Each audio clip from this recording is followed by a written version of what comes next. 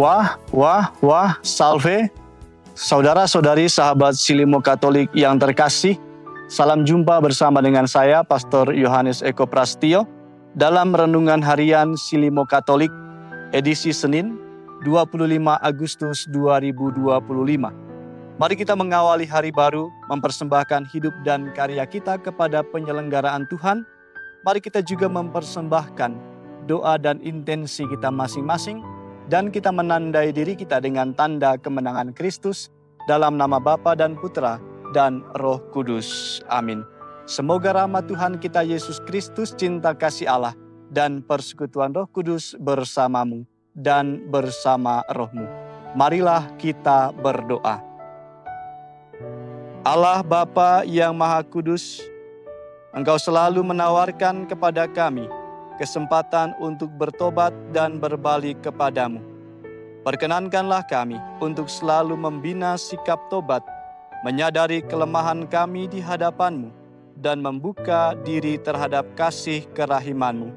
Dengan pengantaraan Yesus Kristus Putra-Mu Tuhan kami, yang hidup bersama dengan Dikau dalam persekutuan Roh Kudus, hidup dan berkuasa Allah sepanjang segala masa. Amin. Tuhan bersamamu dan bersama rohmu. Inilah Injil suci menurut Matius.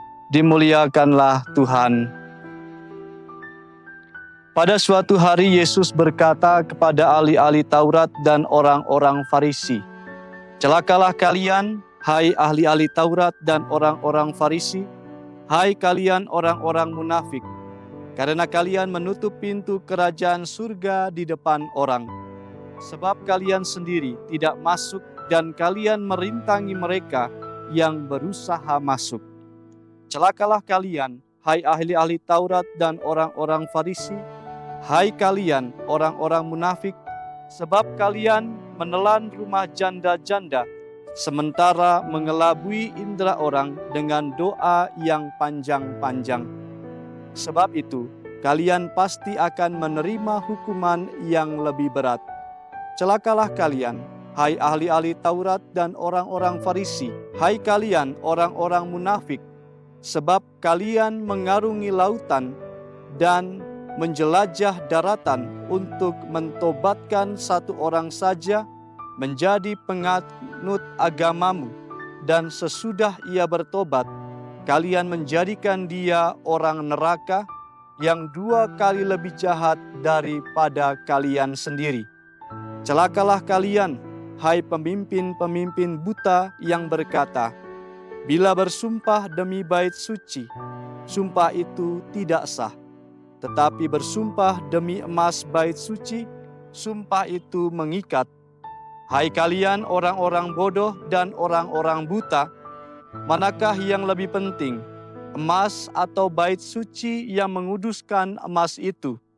Dan kalian berkata, bila bersumpah demi mezbah, sumpah itu tidak sah.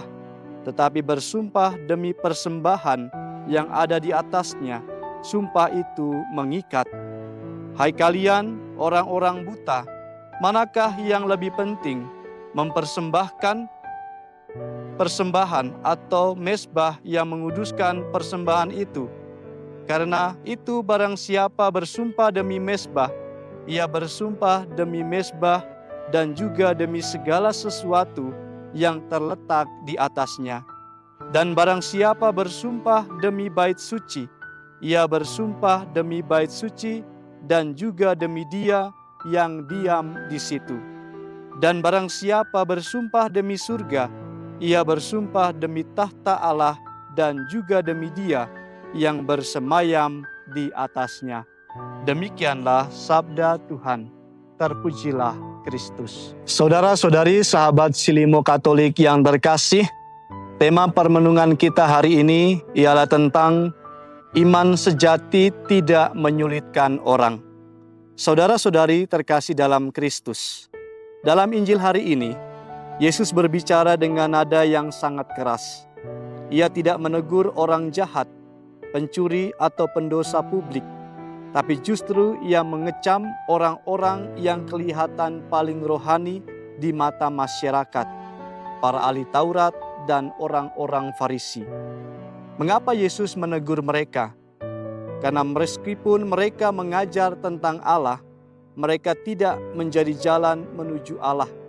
Justru sebaliknya, mereka menjadi penghalang. Yesus berkata, "Celakalah kamu, hai ahli-ahli Taurat dan orang-orang Farisi. Kamu orang-orang munafik. Kamu menutup pintu-pintu kerajaan surga di depan orang." Ini peringatan keras bagi kita semua. Iman sejati tidak menyulitkan, tapi membuka jalan. Yesus tidak pernah membuat orang takut datang kepada Tuhan Allah. Yang lemah, yang berdosa, yang tersisih, mereka justru merasa diterima oleh Yesus. Tetapi ketika orang-orang Farisi tampil sebagai wakil agama yang penuh dengan aturan, penuh dengan tuntutan tanpa kasih, banyak orang mulai menjauh dari Allah. Inilah pertanyaan penting bagi setiap kita hari ini. Apakah hidupku mempermudah orang semakin mengenal Yesus, atau malah membuat mereka semakin jauh dan merasa kecewa? Zaman sekarang, banyak orang berkata, "Saya tidak pergi ke gereja bukan karena saya tidak percaya kepada Tuhan, tetapi karena kecewa dengan umatnya. Saya mau mengenal Yesus, tetapi orang-orang yang mengaku pengikutnya malah menghakimi saya. Saya datang ke komunitas rohani, tetapi rasa-rasanya seperti diadili, bukan diterima." Menyedihkan, tetapi inilah kenyataan yang sedang kita alami. Dan kadang-kadang, tanpa sadar, kitalah orang-orang Farisi dan ahli-ahli Taurat di zaman ini. Yesus memanggil kita menjadi jembatan, bukan tembok. Yesus tidak menyuruh kita menjadi hakim atas orang lain. Dia memanggil kita menjadi saksi kasih-Nya, bukan penjaga gerbang surga yang menentukan siapa yang berhak masuk dan siapa yang tidak berhak masuk. Saudara-saudari, sahabat Silimo Katolik yang terkasih, iman sejati bukan soal menghafal aturan atau melakukan yang terbaik, tetapi kita diajak untuk menghidupi kasih itu sendiri.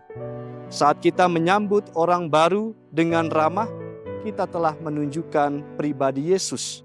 Saat kita mengampuni yang menyakiti, kita mencerminkan kehadiran Yesus dalam hidup kita. Saat kita rendah hati dan mau mendengarkan, kita mempermudah orang merasakan kehadiran Yesus.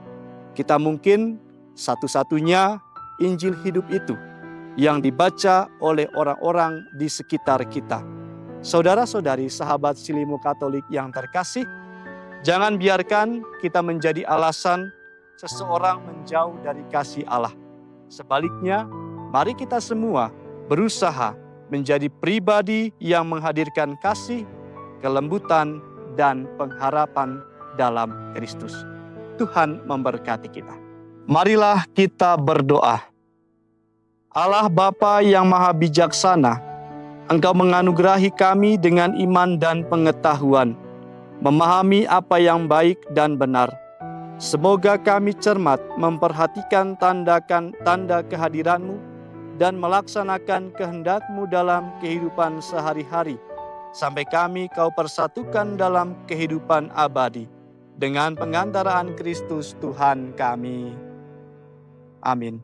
Tuhan bersamamu dan bersama rohmu. Semoga kita semua, doa dan intensi kita, aktivitas kita hari ini dilindungi, diberkati oleh berkat Allah yang Maha Kuasa, Bapa dan Putra dan Roh Kudus. Amin. Saudara-saudari terkasih, pergilah kita diutus. Amin.